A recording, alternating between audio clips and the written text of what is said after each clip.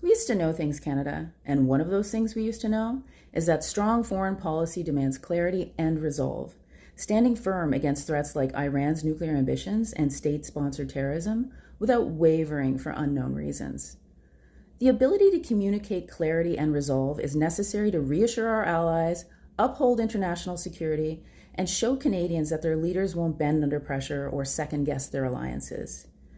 Yet Prime Minister Mark Carney's recent statements about Iran have him flipping like Smitty's pancakes at breakfast. In his initial statement from India, Carney clearly declared, Canada supports the United States acting to prevent Iran from obtaining a nuclear weapon and to prevent its regime from further threatening international peace and security.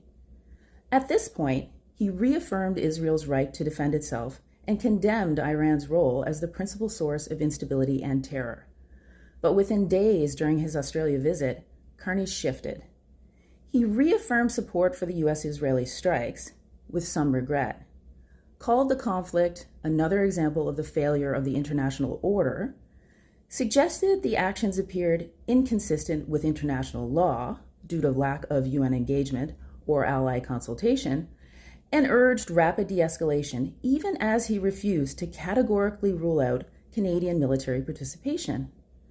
This perplexed journalists in Canada, the US, and Australia. Critics accused him of flip-flopping and backtracking from strong initial support for the US and Israel's actions against the Islamic regime to regret-filled hedging, leading to confusion and jokes on X that the Liberals might be polling different statements for public approval. But decisions like these need to be made based on principles and reality.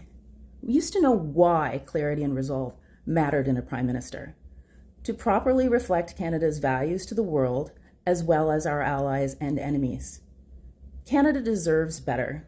We need a prime minister who speaks with one voice, stands without apology for our security and our principles, and leads, not hedges, on the world stage.